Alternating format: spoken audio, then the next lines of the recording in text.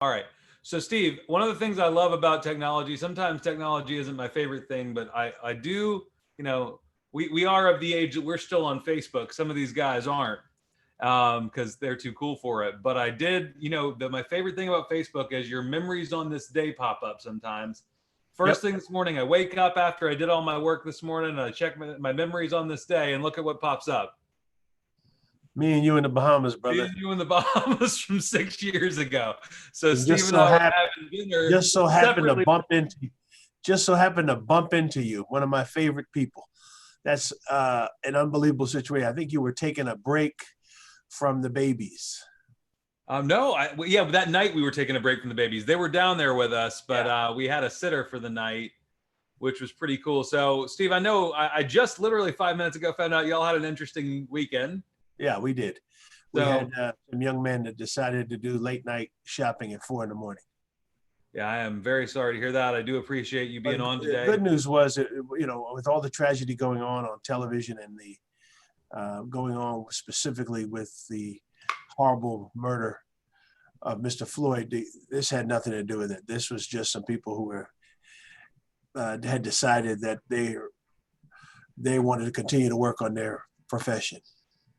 Yeah, that profession being taken from people who worked hard. And Correct. people. That's exactly right. Right. So that has no relationship to the people who are truly trying to make a change in the country. But this was just frustrating to me.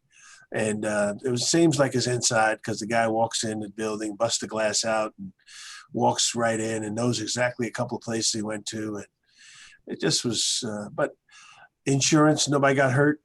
It's all that matters. And, that's all, I have to catch myself every once in a while because I revert back to my old ways, but I smiled and said I had insurance and said, I'm not going to turn into that person. I live in a great state of Georgia that has afforded me to go down the street to adventure outdoors and buy toys, but I'm going to keep them at home. Well, I will say, first, I guess I want to introduce you. So we've got about 260 people from our team. We have had an interesting 10 weeks here. This is our 10th week in what I'm calling lockdown learning, where our teams have held on to their core team members, our managers have, and we've just started hiring. We're waiting for news from our retail partners of being able to get back in the stores, but we've utilized, our saying for the people who are fortunate enough to be healthy during the COVID-19 crisis, everybody had the opportunity to look at this as a cocoon or as a coffin in terms of the way they're going to treat themselves. And we have chosen to look at it as a cocoon and learn from great entrepreneurs. And I wanted to reach out to you because you're one of my favorite people and you're somebody who, your story of building your business has always been an inspiration to me, my dad as well. And you've always been a great friend of our families. And I wanted to introduce our team to somebody who has a different background and has a different industry, but worked their ass off to get there. So everybody, please quietly welcome, I guess, Steve Ewing. He's gonna be our guest speaker today. Hey guys. So Steve, I was hoping you would start out by talking a little bit about how you got where you are. You are a powerhouse in the Ford dealership world. You are kind of a record breaker and a barrier breaker in that industry. And I was hoping you would tell us a little bit about how you got where you are, and we could ask a few questions and then open the floor to questions from the team. Well, one of the things that makes it difficult is to start talking about yourself because everybody sitting on this phone, on this Zoom call, kind of has their own journey and where they want to get to. I was graduated from a small HBCU in Delaware called Delaware State. And I grew up there, I call it, because it taught me how to leadership skills and other things. I played football there and I came out of school there and I had been really done with school.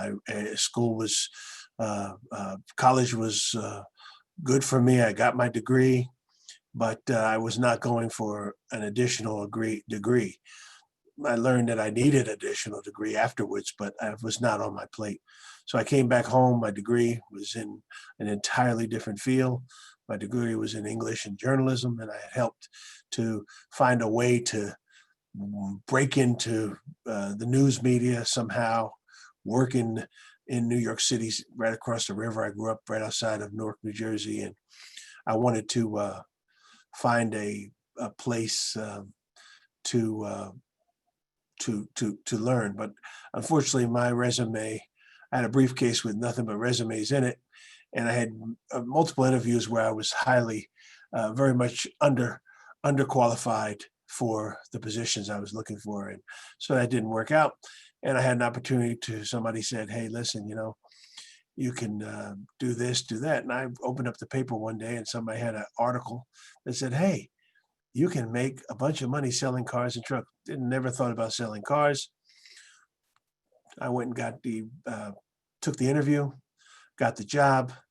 The day before I reported to the job, an uncle of mine who worked for General Motors said, "No, I don't want you to go there because I don't think they'll teach you anything. I want you to go here." So he called the general manager of a Chevrolet franchise where I went to work.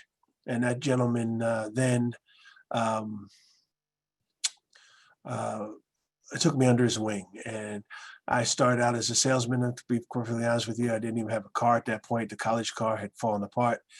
And my mom was dropping me off at the auto franchise every day. So for the first month, I was getting dropped off at the franchise like a kid going to kindergarten.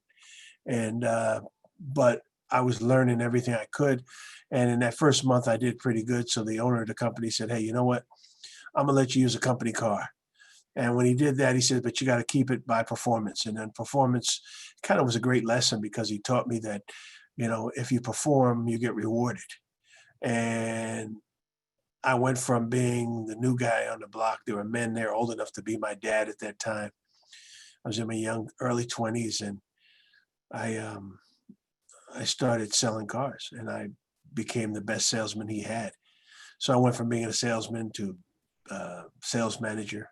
So real quick, Steve, before we go through the progress, you have an English degree, which, so do I. So maybe it's a trait, but Yeah. you've got your English and journalism degree, and you didn't bank on yourself getting into the profession. What do you attribute your success early on in sales to? Because it was clearly you didn't have the background; it wasn't in your blood per se. So Correct. what did you do to? So right now, a lot of the faces we have on this call are just been hired as salespeople. A lot of them never thought they would do sales. And, the job market is very different than it was 90 days ago. And we've been doing a lot of virtual Zoom training with people, but they haven't found themselves out there actually selling yet. So, Well, we I'm want, glad to hear. it was 10 years ago, right? 10 years ago? I'm glad to hear that. But at the end of the day, the people that are on this call have to have vision and have to understand, to me, that you have to figure out how, don't take a job because it's a holding pattern. Every job you get, you have to exploit the opportunity and make sure that you can maximize your income. So I got in it for one reason, and that was to make money. Okay. I started selling cars because I was doing a little job that was paying me. When I wasn't doing that, I was cutting grass, and I was trying to figure it out. So what inspired me was financial. I was motivated to figure out how I could do better. And from my standpoint to other people, you have to realize um, it wasn't that my family had money to go and buy a car dealership. That answer to that was zero, no. But what working and selling cars did was it showed me that there was a vehicle for me to maximize my performance. And in doing so, it allowed me to turn around and save money. Now, I was living in an apartment. I'm doing different things. I'm trying to date my wife, my girlfriend at the time. And, but I was committed to saving money. And I started saving money. And as I was doing that, I was getting really good at what I was doing. And if you sell, and if you like to sell, and I would never do anything other than sell. If I don't work at Wade Ford, or for any reason I'm no longer I have to sell my business here, I'm going to always sell. It's the only thing I want to do. I never want somebody necessarily to control my destiny. I want to be able to earn as hard as I work. And I think that's the way you set your company up. So, I've bumped into your people all at different businesses that I go to, mainly some Costco work, I think. Is that one of the places, Adam? Well, we don't service the Costco account. We're in Walmart, and we have some other retailers that are coming up soon. Walmart too. But the reality for me is that when you bump into people who have skills and understand the art of selling is about building relationships in a very short period of time, is how I see it, and earning people's trust, and not making anybody feel like you're pressuring them, but understanding that you're listening and you're finding solutions to their problems. That was the purpose of what I did. So what I did was I went to work, and I can still remember, you know, I was just so driven to succeed and so driven to be the best person. So, you know, we had a sales board. I didn't want to be at the bottom. Okay. The bottom was not a reflection of who I am. So I had to figure out, how do I outwork the people around me? What could I do differently than they could do? And one of the things that happened was I started making enemies. I made enemies at my job because these people didn't want me to perform, but I could care less, because at the end of the day, was on a mission. And the mission worked so well that I went from being a salesman to being their boss, because the guy who owned the franchise, said, wait a minute, the best guy I got is right here. And every level, I was just trying to perform and become the best I can. So that was the story as far as getting and being able to get it together to have an opportunity. But you know, the other end of the story is that I don't know the makeup or financial anybody on this Zoom call. But I know one thing: never let finances get in the way of your dream and what you're trying to do. That I do know. And because for me, it was a spiritual journey. Whether you have faith or not, that's your own personal decision. But for me, I know that I was being looked after, because there's no way I could go from not having a vehicle to owning what is now my fourth franchise. So, you know, and know that how that worked out. And a lot of it had to do with me being able to acquire some wealth as far as savings, but surely not enough to go buy the first franchise I bought, which was right outside in the city of East Orange, New Jersey. At that time, it was a very urban community. I was so excited, man. I got this business, and it's like, wow, okay. And the next thing that happened was I had to put in razor wire. I had to fence the whole lot in. Then I had to put razor wire in. Then I had to put guardrails in. And then the last thing I did before I left was let the guard dogs out. So if you think that was a bad place, it was a bad place. And how did that end up being the place where you were? What was the bridge from being salesman they saw a young minority guy and said, hey, guess where he'll make it? In a minority community. Except they decided that they weren't going to lend money to people in that community. So it's pretty hard to sell cars and trucks when people can't get loans. It's hard to sell cars and trucks in a wealthy community when you can't get anybody money. Come on, right? I mean, come on. That's true, but it's much more difficult for people who are in lower income communities, which are deprived. I mean, so now there's no Ford dealership in that community, and there's nothing but drugstores and liquor stores. So it's disappointing. That's unfortunate. So you got put in that position. I think a lot of our people sometimes look at the world going on and they think, we had Dave Anderson on a couple of months ago, which was great. And what an amazing man. Isn't he? Well, and we all know that Dave's got a saying, things don't happen to me, I happen to things, right? And so you clearly could have looked at this as, man, they're trying to keep me down. They're trying to put me in a situation where I can't win. How did you turn your head out of that into moving on to, all right, I'm going to go for franchise number 2? Again, you can't, Adam, you can train people. You can have Dave Anderson. You can have me. You can have other much smarter people than me on this call.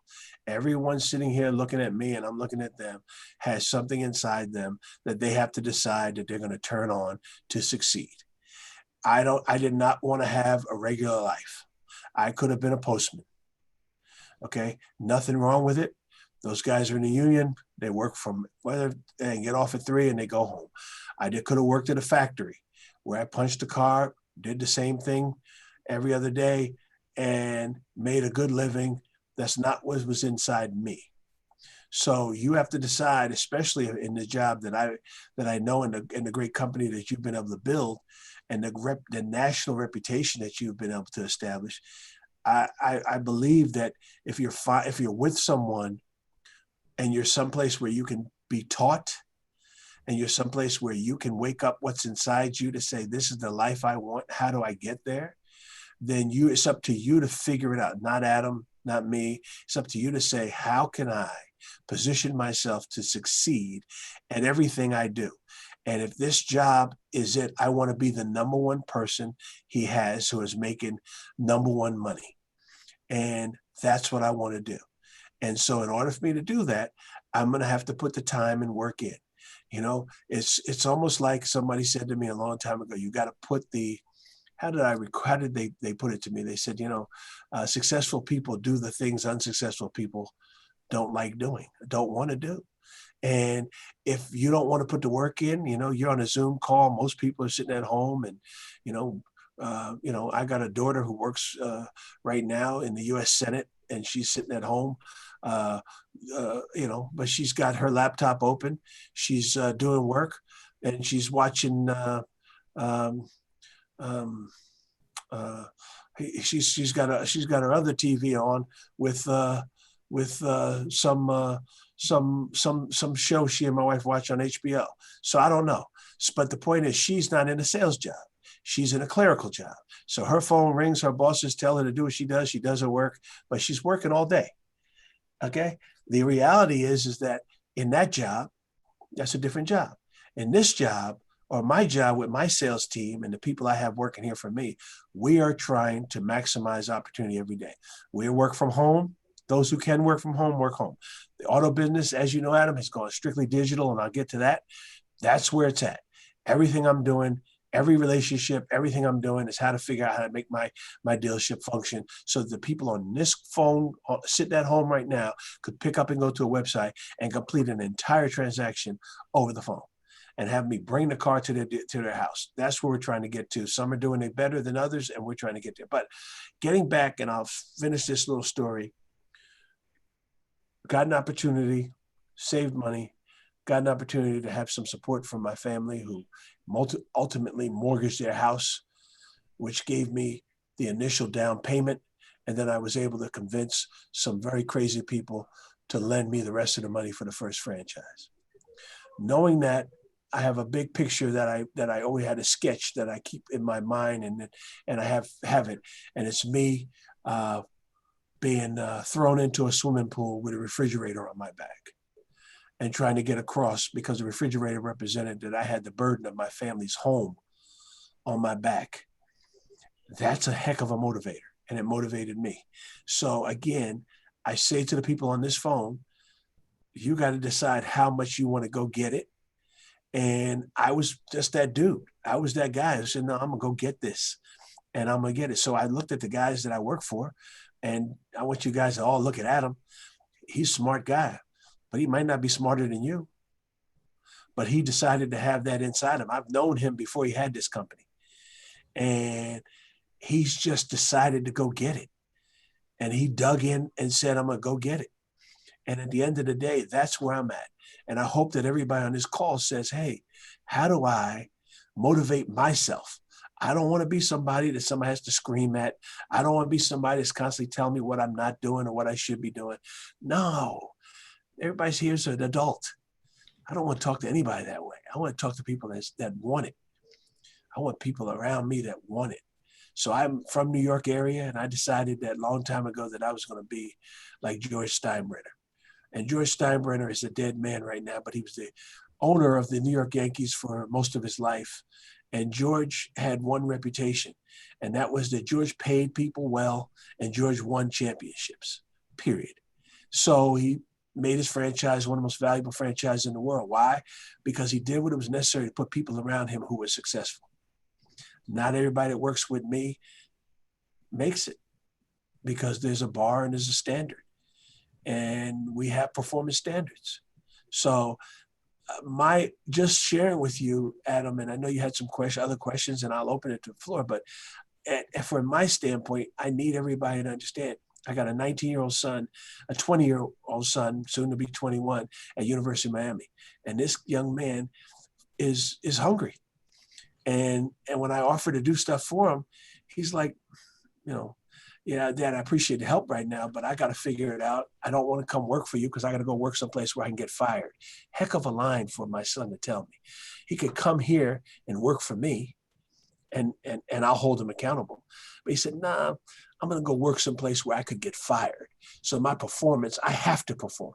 I have to get up and be on time. I have to do the things. Maybe I'll come back to the family business if you're still in the family business. But if not, Dad, I got to go get my own. My son has made the dean's list and the president's list every semester at University of Miami. I can't believe it, with all the obvious distractions that are in Miami, Florida. But he is, just before the pandemic on the Monday of a pandemic, I FaceTime my son. He's on a boat with 9-10 people with bathing suits and bikinis on in the middle of Miami Bay. And I said, dude, do you not know what's going on out here? Yeah, no, Dad, I'm coming home. Yeah. So now he's home on lockdown. And Adam, he said to me the other day, he said, Dad, I don't know how, I'm going to have to get some, what he said to me, he said, I'm going to have to get some female stimulation. I said, son, that's too much information for me. I don't even know what that sounds like. But it's not something me and you going to talk about right here in front of your mom. See me later. I can only picture Terry's face with that. But basically, we all know what he was saying. So listen, I'm trying to keep the kid alive. And, a temporary setback for his social life. But he's getting good grades. He's doing everything I asked him to do. And that's where it's at. So everybody on this phone who's sitting there, and it's amazing when I look at the people on this phone and I know how hard it is to be locked down. I know how hard it is not be out and about right now. I know it. And I know how hard it is for Adam to find people just like you. He saw something in you to join this team. You saw something in him to join his team. And you should be looking at this as to figure out how you can be the person that he looks at as his top performers and has an opportunity to truly make a lot of money, build a great career, build a great resume. Because if you can lead and you can perform, then you can train and do other things elsewhere. So that's how I see it. And everybody, the grown men I have here, listen, I have some salesmen here that I just had to hire an assistant for. They're the oldest guys I have. They have great skills with customers, great skills. But I told them in a private meeting that maybe they should be selling mattresses. Maybe they should go down the street and start selling mattresses because they're order takers. And when somebody walks in, you let them lay on a beauty rest here, this, that, and you go write them up. That's not what we do. So I had to find them a system because the things they're weak at were their digital. Their digitally follow up and their digital communication with my customers. So I put them on a pilot program and I hired an assistant. No, I had them hire an assistant. And they're paying for him and her. And if their performance is a certain level, I'll pay for it. Every month stands on its own for their performance. So that's what I'm trying to do to develop people. They've got great skills with people, but they don't have the other pieces that will make them the best. And they both understood. I said, maybe the car business left you behind. Maybe it did. It's not going to leave me behind because I constantly go for higher education in this business. I've had to take business courses, accounting courses. I've had to learn things that I wasn't necessarily what I wanted to do. Math wasn't necessarily my favorite thing. It is now. So that was it. Okay. And so I bought a company here in Smyrna, Georgia. I bought a company that's been in Atlanta since 1933. how I got here was just an amazing story to be working, having a Ford, a Nissan, a Lincoln in Pennsylvania, and then sell all those franchises to come down and buy this just big one here in Atlanta. And we are, we're we're a top uh, Ford fleet dealership in the nation. And normally in the Atlanta region, we're in the uh, top, top 10, top 5 in the Atlanta region. I'm not number one. That's the goal. Had a few setbacks in management, let you know how important that is. And I'm recovering from that. And a guy who was really a real good guy I lost, who went and became an auto dealer on his own, which I'm happy for he and his family. But me recovering from that loss has been difficult. So all that being said, I am looking for the right person. I mean, looking at each one of the people at my store that have the skills and the ability to grow, and who's going to be the next man up at my place. What else, Adam? I'm sorry. Oh, no, don't be sorry. That's great. So I do have some questions from the crew. So I'm going to unmute Darius. You are unmuted, sir.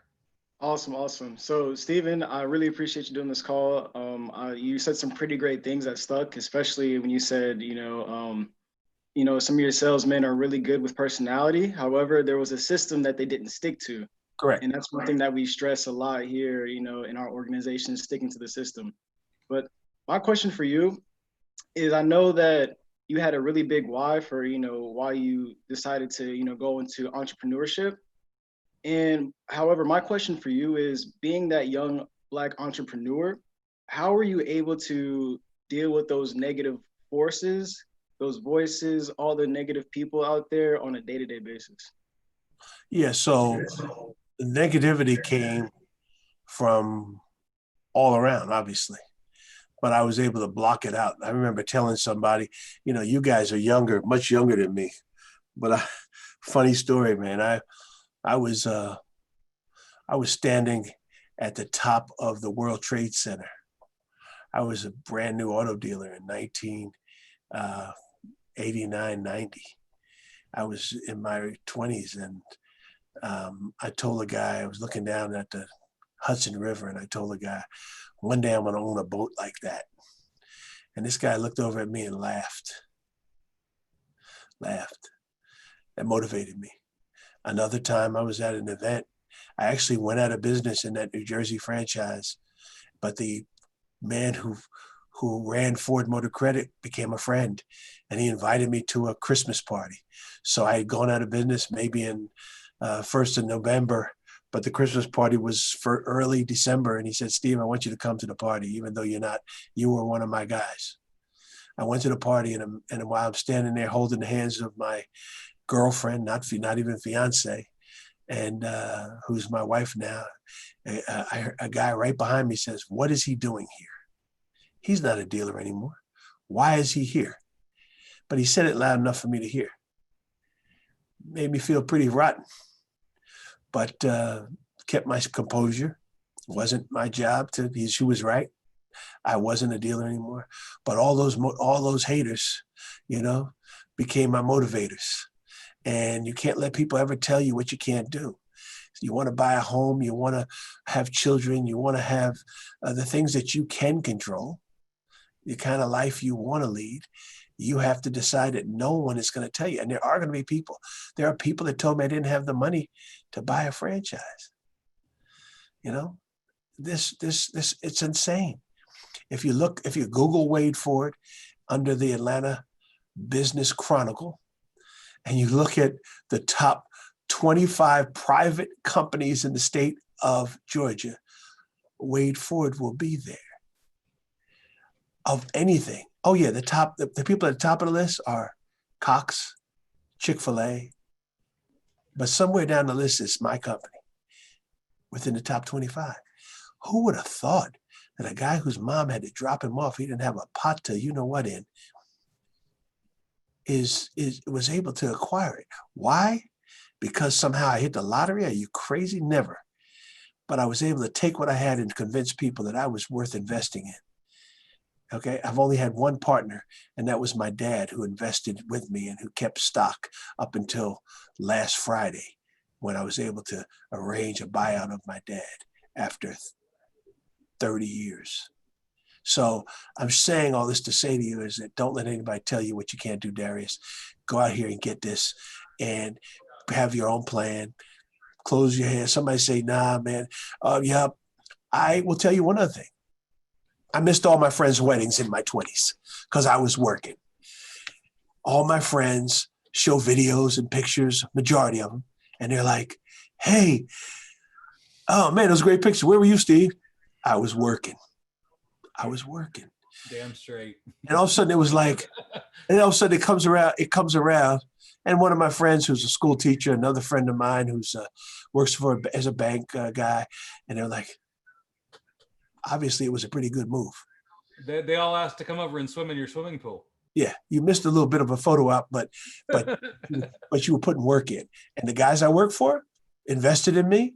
They taught me, and it worked out pretty good. So one of my favorite days was when I took one of my limited suits and put it on, and I worked for these guys for 9 years, and walked into their office and tell them that I'm giving you my 2-week notice because I'm opening up a franchise.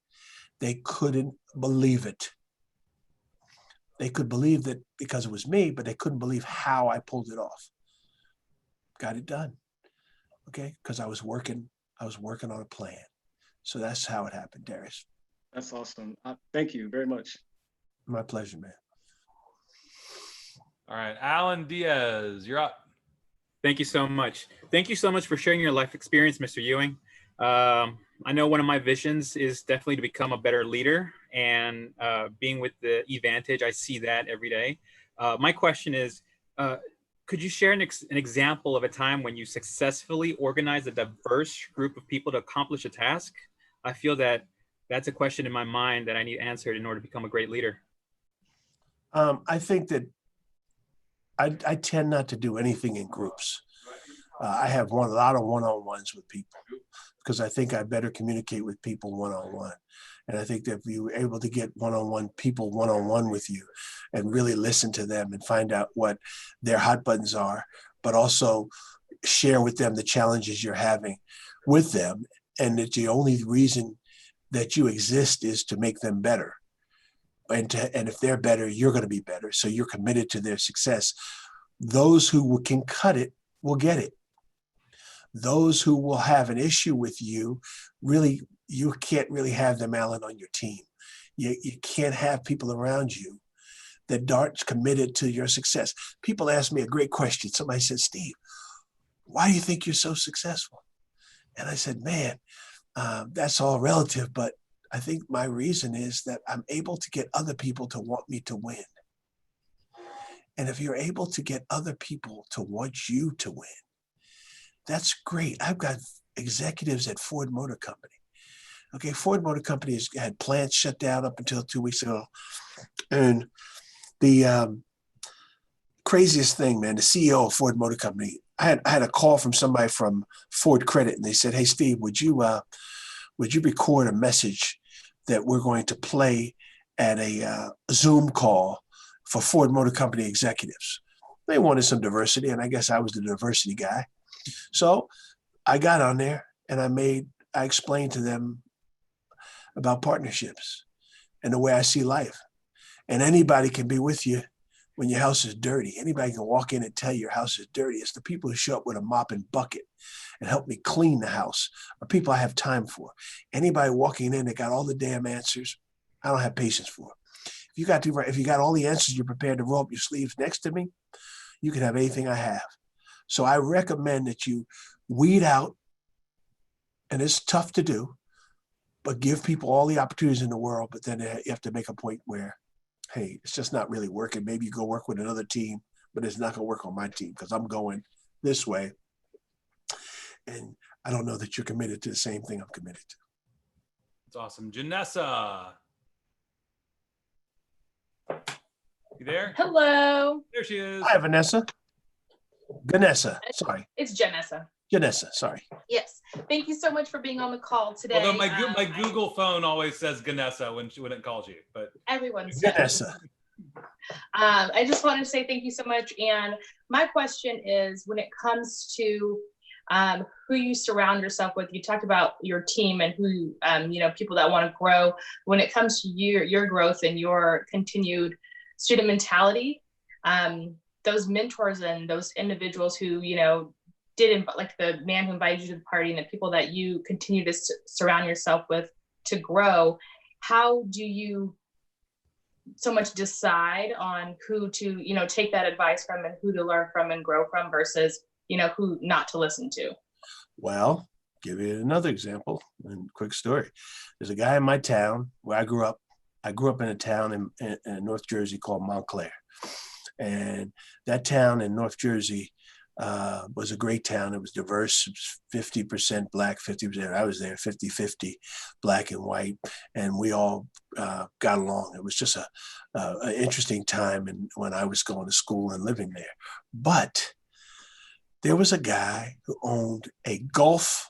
I don't know if any of you ever heard of Gulf gas, but Gulf was a gas brand that the U.S. has. I don't know where they are anymore, but that gas station was it was the only minority owned business that was a gas station. There were other ones in the town. There was a guy who owned a different business, but this was a specific guy. He was a gas station guy, and his name was Mr. Pines. And Mr. Pines ran a very successful service facility. He had 4 bays. He had 6 or 7 techs, always full. But everybody in the community bought their car for local maintenance at Mr. Pines gas station. Mr. Pines wore blue pants, a blue shirt, open collar, had a rag hanging out the back of his his pants. And when you pulled up, he might pump gas, but he might lift your hood up, but he was an expert on his craft. Mr. Pines owned all the buildings, apartment buildings in the town. He was rich, but he worked and I saw his success.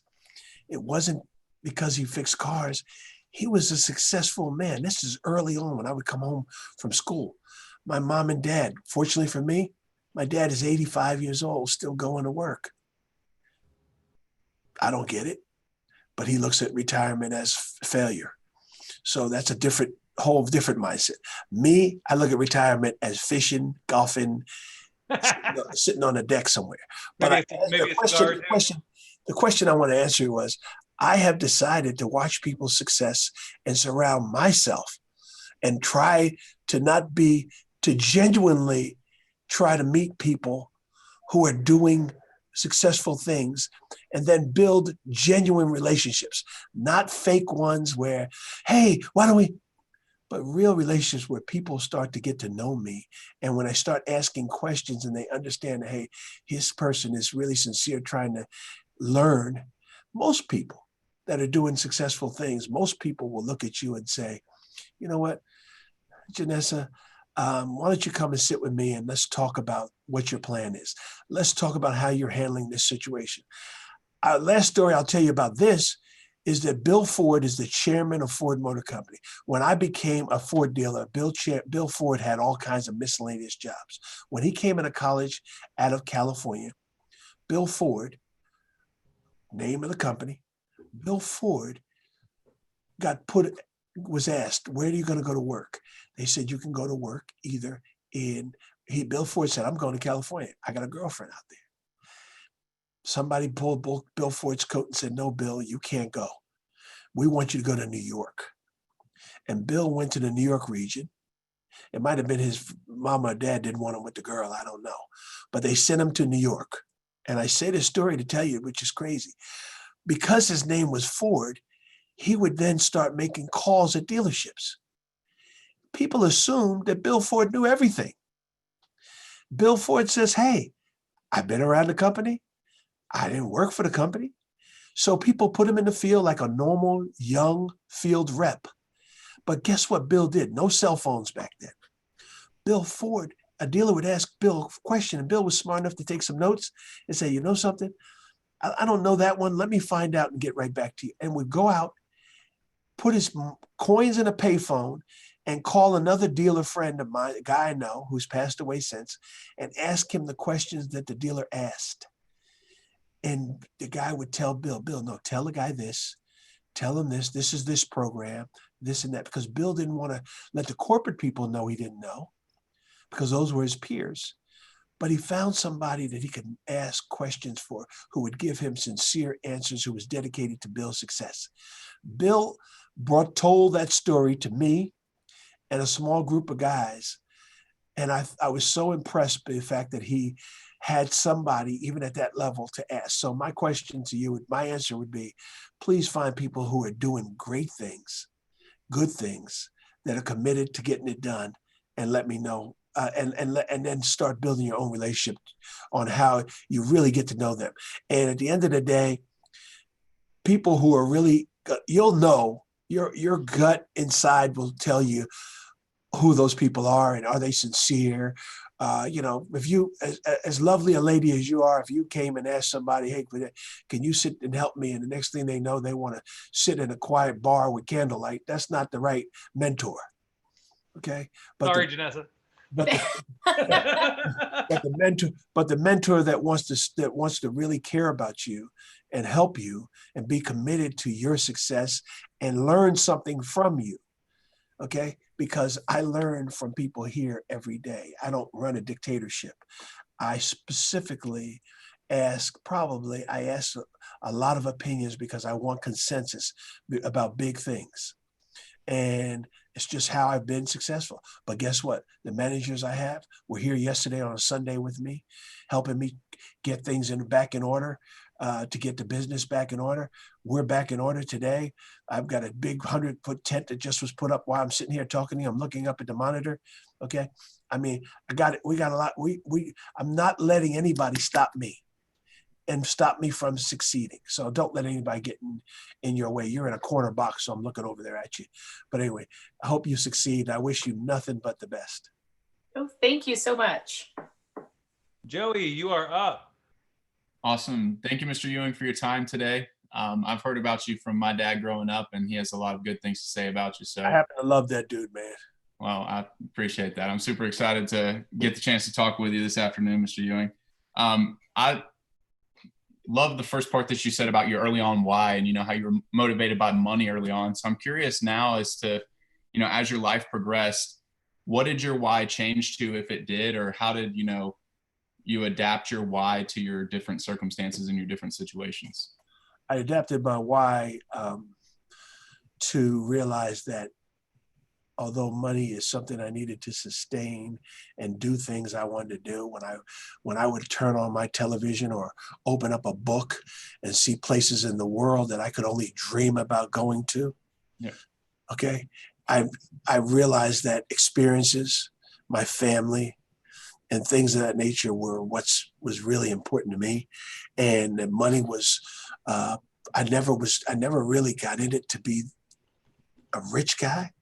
I got in it because I was able to control how and when and what. So my son, I didn't miss any of his baseball games. Okay, he played at NYO here in Buckhead and Chastain Park. I made those games. I went to travel baseball. That was success to me. So but I was able to adjust my schedule, work hard in between, and get my job done and live the life I want to live. So that's what happened to me, Joey, that I basically got committed, truly committed to making sure that my family and my priorities, but again, everybody's priorities here on this phone call are going to change as you grow and mature and get older. Your priorities will change. I didn't have kids when I started selling cars. I had kids. Okay. I had a wife. My responsibilities changed. And so those were the things that I learned, because all the guys I know who put money before the rest of their life and died, it's like, great, good. Somebody else is going to spend your money. I've told my wife all the time, if something happens to me and I see some guy diving in my swimming pool with a 6-pack, okay, I'm going to come and haunt the house. Okay. Because I'm like, I'm going to live the best life I can. So I'm doing that now. I've learned now to take better care of myself, my health, and I'm trying to figure out how to stay around and enjoy the most of life I can. So that's my plan, Joey. And you come from stock, you come from success. You've got to decide on your own, though. You can't be your pop. You got to be you. You can be better than him. And you got to be able to go out here and just say, look, I'm going to succeed. I'm going to knock the cover off this ball, and I'm going to do my own thing, and I'm going to be respected, not because I brown nosed the boss, but because he respected me. I came to Atlanta. The first thing the regional manager here in Atlanta told me when I came down to interview for this franchise was, "You're not my first choice." I said I had to then sit through an interview with this man. And for the next 45 minutes, I told him why I should be his first choice. Guess what? He got up and he brought the whole crew in and said, I'm giving Steve the franchise at Wade Ford. Huge, huge move for me. But then, okay, so I got the keys, I got the building. Now it's up to me to perform. And so at my standpoint, I decided, okay, I don't know them. There were a lot of old boys down here. I didn't grow up in the South. I didn't know where, what, whatever. I had my own perceptions of the South at that time. Came down here, was pleasantly surprised about diversity and people's ability to look past things that I had thought and been raised that were happening down here that I wasn't aware of. So guess what I did? I started kicking butt and taking names. Next thing I know, all of a sudden the regional manager would start popping in. Hey, Steve, I was just in the neighborhood. I just want to stop in and say hi. I didn't rush to be the first one at a cocktail party in his face. No, I was just going to go to work. You will respect me by my performance. That's what I did. I love that. Awesome. I love Thank it. you. When you do the right things, the right people will notice, right? Yep. I got Giselle with a question. I think you're unmuted. I am. Thank you so much, by the way. So I noticed in the back, you have a picture on the wall. Is that Obama? Yeah, man, that's pretty cool, right? So Obama, I've got, if you can't really see, so if you look at that picture from your angle, to the left is a picture of me holding my daughter with Bill Clinton. And that was on the golf course 2 months before Monica Lewinsky decided that she and that the two of them would become public. Oh. On the other side is a picture of me with George Bush, the dad, right outside of Air Force One. I had a friend of mine who was a Secret Service agent. And then below that is his picture of his wife, Barbara Bush. And that was at a Ford event where she was a keynote speaker. But the picture below the American flag, that flag has flown over the US Capitol. And so I've treasured that flag. But the picture underneath, I treasure really because of what it represents to me for Barack and opportunity, and what people tell him he could never happen, what I believe never could happen in this country. And when I took that picture, I was very upset because I had donated to the campaign. And I told the story to a guy, and the guy calls me back and he says, "Hey, Steve, I heard your story. I worked for the campaign."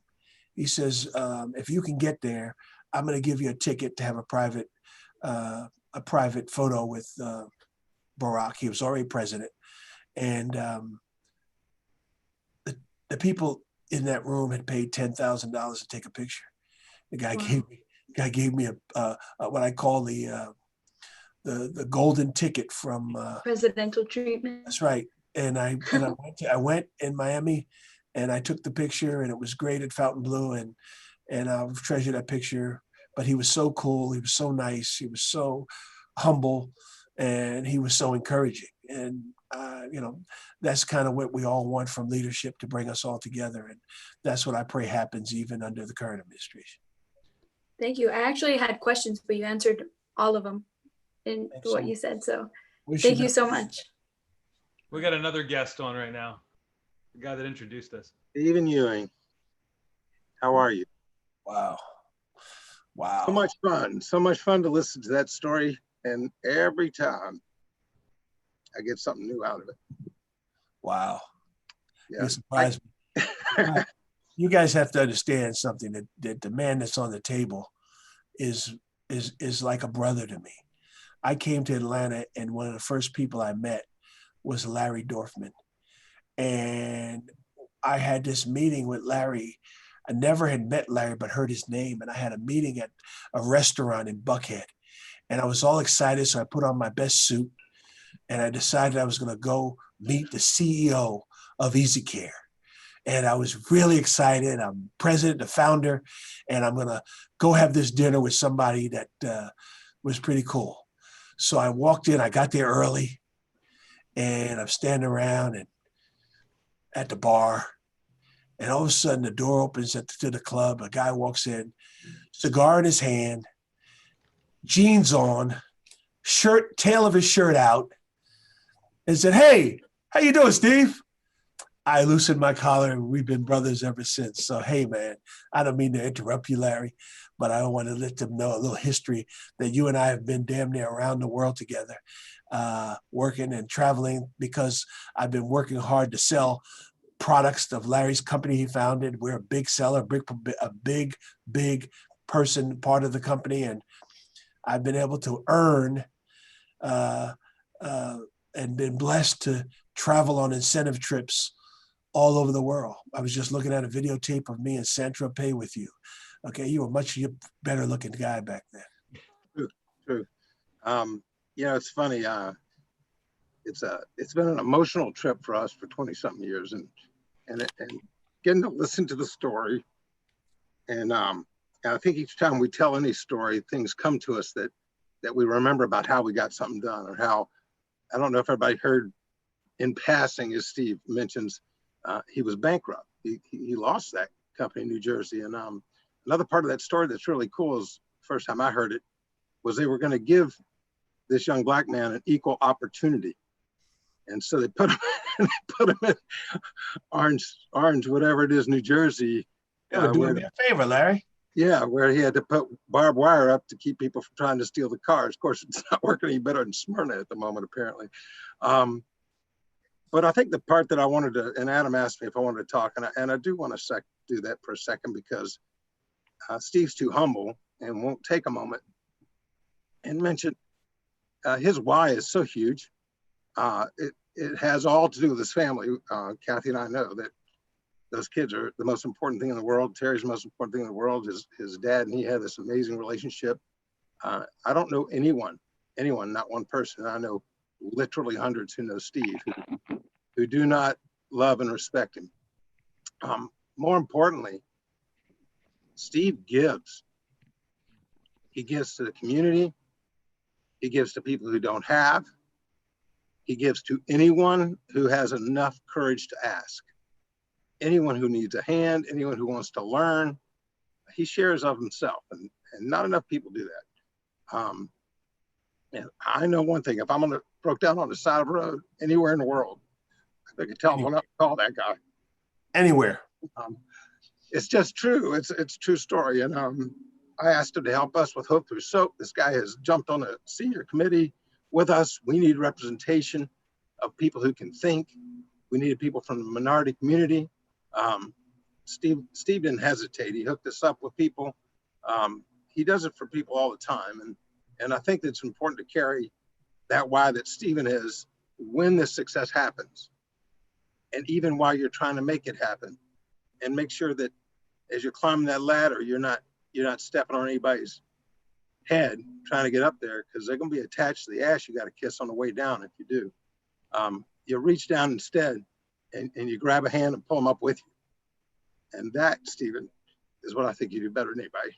Well, I love you and I appreciate you more than you know. And, what they don't know also is that this is an extremely personal relationship, but it's also an extremely business relationship. And Larry has afforded me an opportunity for my company to succeed. And he's put a lot of energy. You talk about people who want you to win.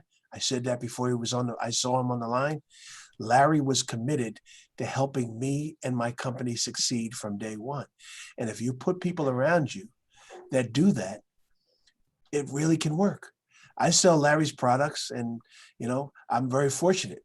You know, my standing joke is that if I do it right, I make enough money selling Larry's products. I make enough money personally selling Larry's products to pay for my son's tuition each month if I had it. That's how successful the relationship has been. We're in a pandemic. Things have slowed down, but the facts are we're committed even more than ever to do better. I'm not going to fall asleep during this pandemic. I'm not going to let this take my mojo away. I'm not going to let my desire to succeed disappear and feel that it's over. Anybody in this table, if you're not looking at this opportunity, this pandemic, okay, I'm not talking about what happened to Mr. Floyd. That's a whole nother conversation. That's an opportunity too. I'm talking about from a business standpoint. If you're not looking at this thing as how to retool yourself to come out of this bolder, better, stronger than ever, okay, you're going to miss out. This is an opportunity of a lifetime right now. And you're fortunate to still have jobs. And the people who are going to be the ones right now, leaders are going to be the ones who put the time and work in right now and make themselves so valuable to yourself, valuable asset to the company you work for. And that's where I'm at. So Larry, I don't know, man. I don't get enough time with you only because of life, but every time I'm around you, it's the best times of my life. So I pray and I love you, man. And I look forward to seeing you soon too. I love you too. Last thing I'll say, Adam, is for all of you on the call, acknowledge and recognize that Steve's running a business that apparently Steve had a break-in over the weekend or last night. I didn't know about that. And Friday night. And they weren't observing the Jewish Sabbath, obviously. And he's got a big tent going up, obviously got a big sale going on. He's retraining an entire organization. He just took an hour out of his day. Look at the tent. You can see the tent. It's a big tent. The tent is up now. It just happened while we were sitting on this call and finished up. In the meantime, he's taken a whole hour out of his time to pass some really awesome wisdom on to all of us. And that's pretty amazing. So thanks, Steve. Thanks for being there. Well, and the bottom line is, Larry said, when I start looking at people, it's like, what do you do? The last thing I'll tell you, Larry put up a point. I'm so proud of people I work with every day because somehow one of my guys had a dream of said, hey, we have to do something as a company during this pandemic. And he sent out a note on a Tuesday, that we're going to have a contest a week from now to see who can get the most canned goods. And I will tell you that my company, just in a very few days, filled up 3 trucks, F-150 beds with canned goods. And it just shows that people, even as people are struggling, even as people have their own responsibilities, they went home and came back with some canned goods to give. And it was just a nice thing to do. So as you're moving forward, just remember that people will look at you as, what do you do? One of the first things I ask people in an interview, last things I ask them is, are you involved in any charitable organizations? You know, and not to put people on the spot, but it's nice to hear, is that the mentality of the person, to want to give and to want to do, not have to get paid for everything they do, but to do something for other people. And that'll be the real definition of success in your life. So that's one of the things I want to do. I got a lot of good people, got a great young team of people sitting here looking at me on this screen. And it's overwhelming for me because I am truly, truly trying to figure it out just like you.